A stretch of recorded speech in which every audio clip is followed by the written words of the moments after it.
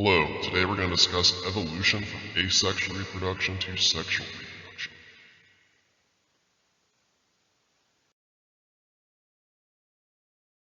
Okay, so the advantage of sexual reproduction.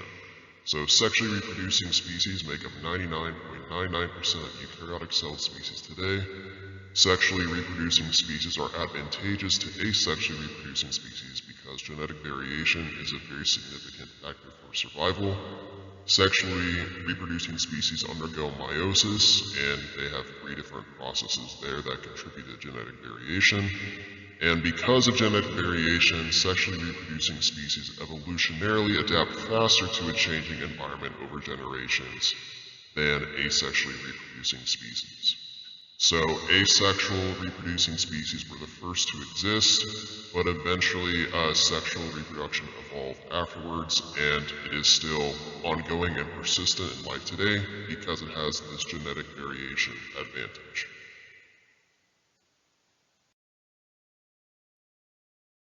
So, how sexual reproduction evolved. The origin of sexual reproduction can be traced to early prokaryotes around 2 billion years ago, when bacteria exchanging genes via conjugation, transformation, and transduction. Though these processes are distinct from true sexual reproduction, they share some basic similarities.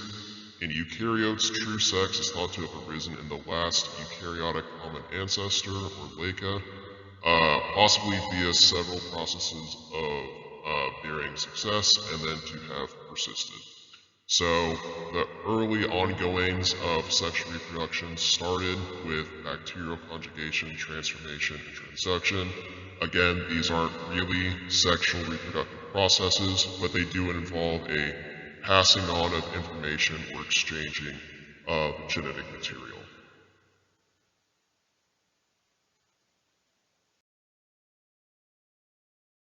Okay, so how did the different sexes evolve? Through mutations over a long period of time, organisms acquired some slight variation within each other. These variations were not as profound and distinguishable as male and female in humans. They were very minute in their differences, but different enough for scientists to refer to the variations as plus and minus. The organisms were able to recognize the minute differences between a plus and a minus, this being an example of how social communication recognition is a selecting force for evolution.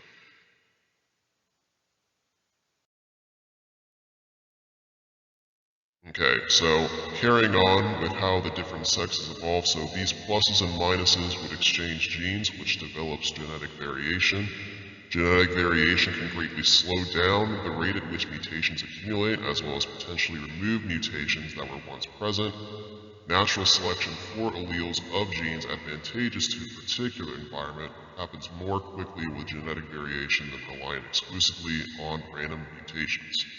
Over 8 billion years since then, pluses and minuses evolved to possess more and more distinguishable traits, anatomy, and other internal mechanisms that become identified as sex as seen in various life today. So we're talking about sex organs, physique, anatomy, other traits as well. Most species operate sexual reproduction on a 2-sex system, but some species can have thousands. For example, the split-gill mushroom, Schizophilum commune, a fungal species that includes more than 20,000 sexes. So there's 20,000 different identifiers, recognition, and social communication that can lead to different sexual reproduction going on there.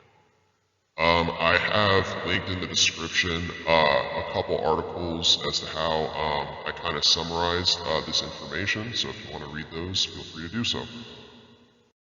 Thank you for watching. Please share and subscribe, and remember to spread kindness.